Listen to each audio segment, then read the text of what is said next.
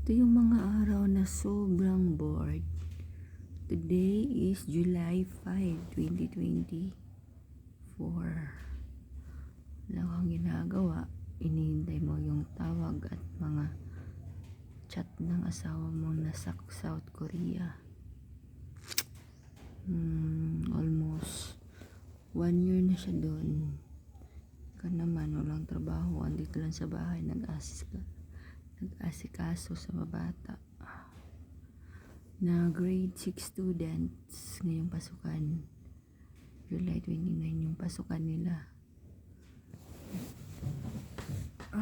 Hindi nga, wala ay mixed emotion. Gusto na ka matrabaho kay laay.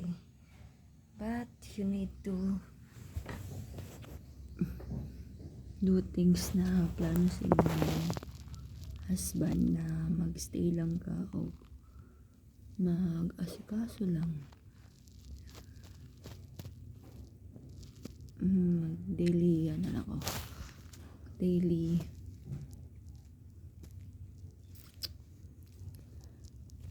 vlog what's sa life.